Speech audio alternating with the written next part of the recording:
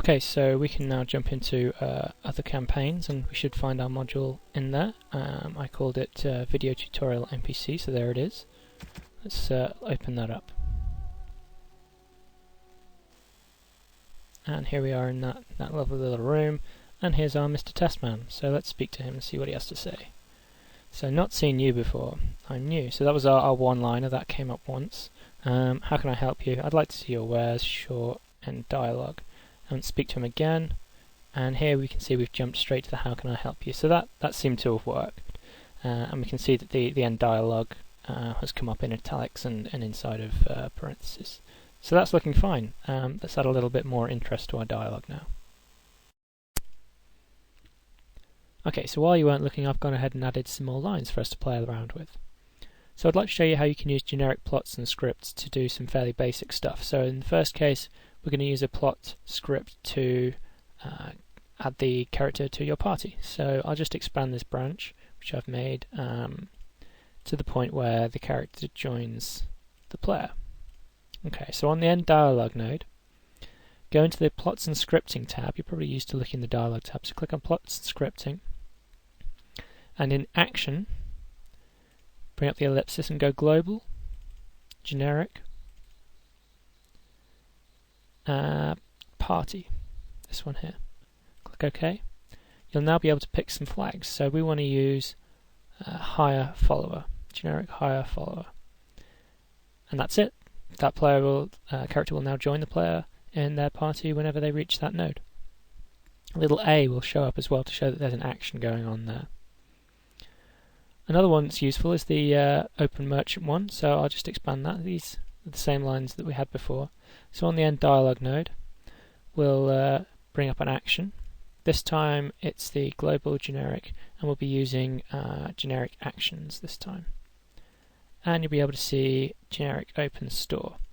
Now, to decide which store to open, it uses the tag of the creature preceded by the word store and underscore. So if I go to merchants now and make a new merchant, file new merchant, we've got to call it store underscore and then the name of our creature, which was VT Tutorial NPC. Okay, so this is the merchant interface. I'm not going to show you how to use that now, but you can look up how to use that. But that's the one it'll use, so that should work now. So those are pretty simple things to do, but sometimes you want to set your own plot. To do that, File, New, Plot. Always a good idea to name it after the creature. And you'll be presented with the plot interface. Now, it begins with there are no items to show. So to add a flag, right-click, insert, and we'll be using main flags for this. You can also use Control and M. So I'm just going to use Control and M to add another 3 more because I know I'm going to be needing 4 flags. First of all, I'm going to make a flag for each of the types. Now you might have noticed that I made a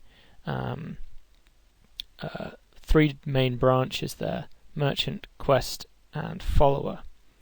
I want those, and I also want one for in party, just to show whether the character is in the party or not. Hit save, and hopefully we should be able to select those now. So, when do we use the merchant, quest, and follower types? Well, that's what this comment is for. On this comment, I've said please set a type, and we'll be using an action. And this is something that if you're passing on to somebody else and they're choosing to use the conversation for either merchant, quest, or follower, and we'll be using the plot that we just made, and we'll be setting the type, and whichever one they're going to use. So we'll start off with quest. That's where now we use the conditions. So here we have a condition, and we want to use again the same plot that we just made. So VT Tutorial NPC and the flag. So for the merchant one, we want to use merchant. For the quest one, we want to use quest. And follower. So now, this is setting at the beginning of the conversation the flag type quest. And the logic of the conversation will go, do this, which is a once line type thing. And then it'll jump down, once it's done that one, to merchant, quest, or follower. Now it'll do merchant first, but if the flag type merchant is not set, which it isn't because we're using type quest, it'll skip this one. It won't do this one. It'll go straight into quest. If that is set type quest, then it'll go yes, okay, and it'll start beginning with all of these lines here. We can also use the in party to here I've set up a join branch which we added there, and also in party branches which you might like to add your sort of flavor to.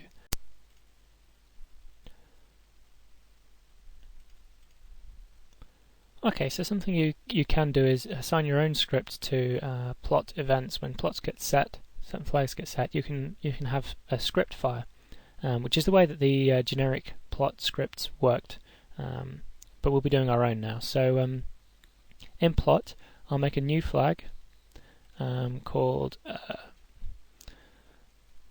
flower reward, which is the reward for fetching the flowers, which is the quest that I set up here. So save that now, and I'll probably have to close this and open it again to get the new flag.